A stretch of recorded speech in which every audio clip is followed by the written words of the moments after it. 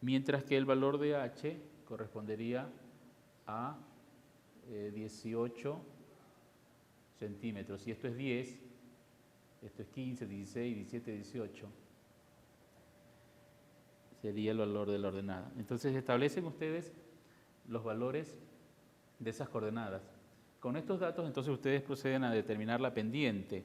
¿Cómo calculan la pendiente? Bueno, la pendiente aquí determinarían el logaritmo de la relación de las ordenadas, en este caso 45, entre 18 partido para logaritmo de los valores de las abscisas, que dijimos 0.300 para 0.190. Y tenemos que calcular el valor de la pendiente. Entonces el resultado de esto, luego del cálculo, sale 2.0. Esta es una forma entonces de calcular la pendiente con el par coordenado. Ahora, ¿qué se hace para determinar el valor de la constante A? Recuerden que habíamos dicho que la relación entre estas variables era del tipo h igual a por t a la n, ¿sí? Al haber sacado aquí el logaritmo de h, el logaritmo de a más n, logaritmo de t, hemos hecho ya el cambio de las escalas lineales ht a logarítmicas log de h, log de t, y entonces la pendiente de esta recta es justamente el valor de n, el exponente de nuestra función. Ahora nos está faltando el factor a, el coeficiente a. Entonces eso lo podemos hacer por evaluación. Si de aquí despejamos a y tomamos h y dividimos para t a la n. Como n ya lo conocemos, ponemos 2, entonces toca evaluar. Un punto, tomemos este punto 1, que es 0.190, y h18, y evaluamos entonces. En h18 y el tiempo ponemos 0.190, pero está elevado al valor de n, que era 2. Entonces el valor de a resulta ser de 499. Entonces está listo usted para escribir la ecuación empírica. Esta ecuación, obtenida a partir de los datos medidos de h y de tiempo, que sería entonces h igual el valor de a, que sería 499, y el valor del exponente n, que es 2. Tomando en cuenta que las unidades de tiempo ustedes la escriben en segundos y las unidades de h la escribe en centímetros. Entonces está ya obtenida la relación entre h y t. Bien, el segundo método para poder medir la pendiente es, escogidos los puntos de la recta, trazar un rectángulo y medir las distancias de estos catetos. Así pues, para este cateto tomamos la regla y medimos en milímetros o en centímetros, como prefieran, el valor de esta distancia, vamos a llamarle distancia y, y en este caso resulta 5.9. Entonces, el valor de la pendiente, que sabemos que ya es el valor de n, sería entonces la distancia de y, que la vamos a dividir para el factor de escala de y este valor justamente está saliendo 5.9.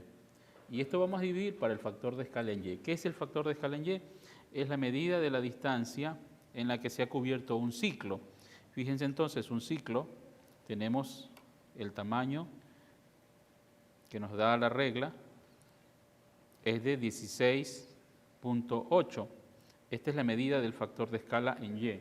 Entonces esto va dividido para 16.8, que es el factor de escala en y. Ahora, todo esto va dividido para la distancia en x, que sería este cateto, ya hemos medido la de y, con respecto al factor de escala que tiene en x. Entonces procedemos a medir el cateto en X. Asimismo, esto resultaría entonces en 4.7 centímetros. Entonces tomamos 4.7 dividido para el factor de escala en X. Entonces vamos a tomar la medida, el tamaño del ciclo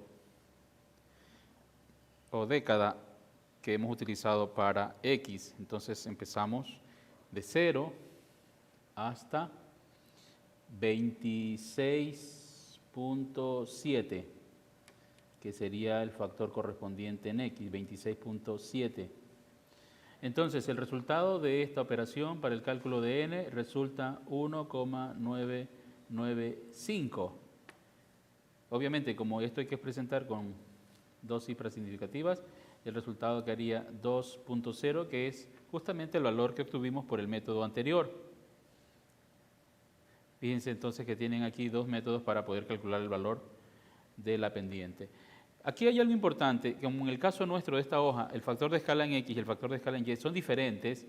Bueno, hay que hacer toda la operación, pero si tuviéramos el caso en el que los ciclos o las décadas fueran del mismo tamaño, simplemente la fórmula se convertiría en dividir la distancia de Y para dividir la distancia de X, puesto que los factores de escala de X y de Y se cancelarían en el caso de ser del mismo tamaño. Tomen en cuenta eso. Siempre tienen que medir el factor de escala. Si son iguales, se cancelan.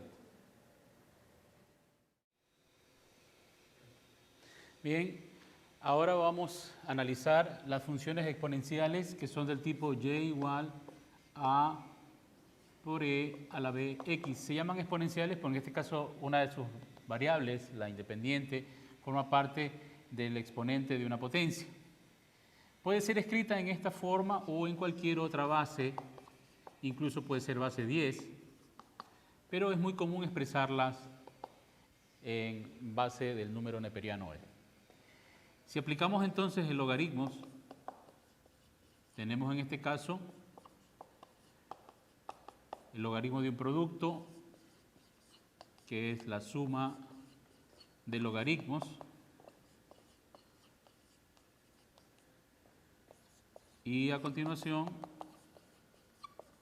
identificar que la propiedad en logaritmo de una potencia, el exponente baja, bx, logaritmo de e, e identificando las variables, nótese que x, que es la variable independiente, no está afectada por el logaritmo, solo la variable dependiente y. Esto entonces identifica que para poder transformar una función que es exponencial, que al ser graficada y(x), dependiendo del valor del coeficiente b, ¿cierto? Esto puede ser una exponencial asintótica o esta otra, cualquiera de las dos formas, son funciones no lineales y que al transformarlas a una escala semilogarítmica, lo que tendríamos es afectada la variable dependiente en la escala logarítmica y la independiente x en escala lineal. Entonces se requiere una escala semilogarítmica. Entonces vamos a observar, así como vimos para el caso de las funciones potenciales que se graficaban en una hoja log-log, que se realiza la transformación, la linealización, en una escala semilog. Y vamos a ver cómo se determina la pendiente de la recta, el intersecto de la recta, con los siguientes datos. Aquí mostramos el caso en una tabla que tenemos la variable i, medida en vatios sobre centímetros cuadrados, y la variable n, medida en decibelios, es graficar entonces esos datos a una escala lineal y luego proceder a una escala semilogarítmica. Mostremos eso. Bien, aquí tenemos entonces la hoja semilogarítmica. Nótense ustedes que aquí tenemos un ciclo, 2, 3, 4, 5, 6 ciclos, y aquí hemos colocado la variable i, que es la que va en la escala logarítmica, con su correspondiente unidad. Y hemos anotado los valores 10 a la menos 15, 10 a la menos 14, 10 a la menos 13, 10 a la menos 12, a la menos 11, menos 10 y menos 9. Y en la escala lineal, la variable n en decibelios, en la escala 10, 20, 30, etc. Entonces aquí hemos ubicado los puntos, los 2, 3, 4, 5, 6, 7 puntos con sus correspondientes escalas, y luego para la suavización estos puntos los recogemos por una recta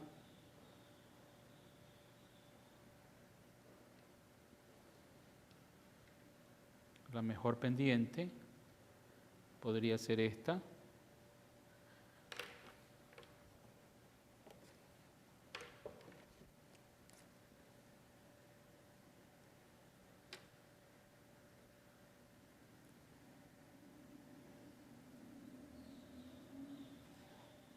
Esta sería la mejor recta y tocaría medir la pendiente.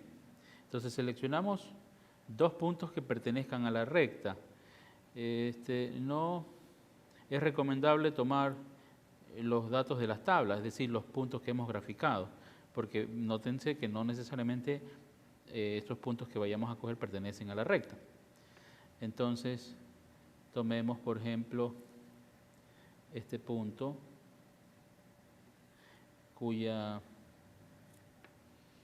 coordenadas serían, fijémonos aquí, 34 aproximadamente, con 3 por 10 a la menos 13.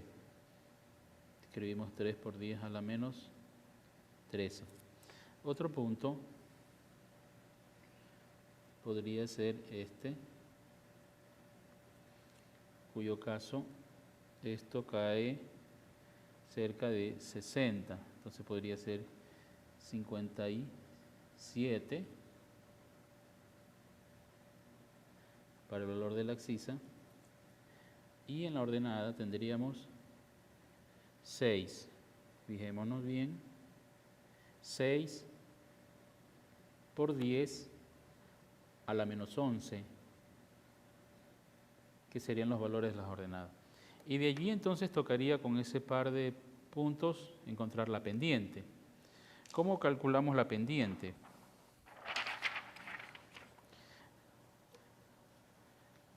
Aplicamos entonces la información, si lo escribimos aquí, la pendiente sería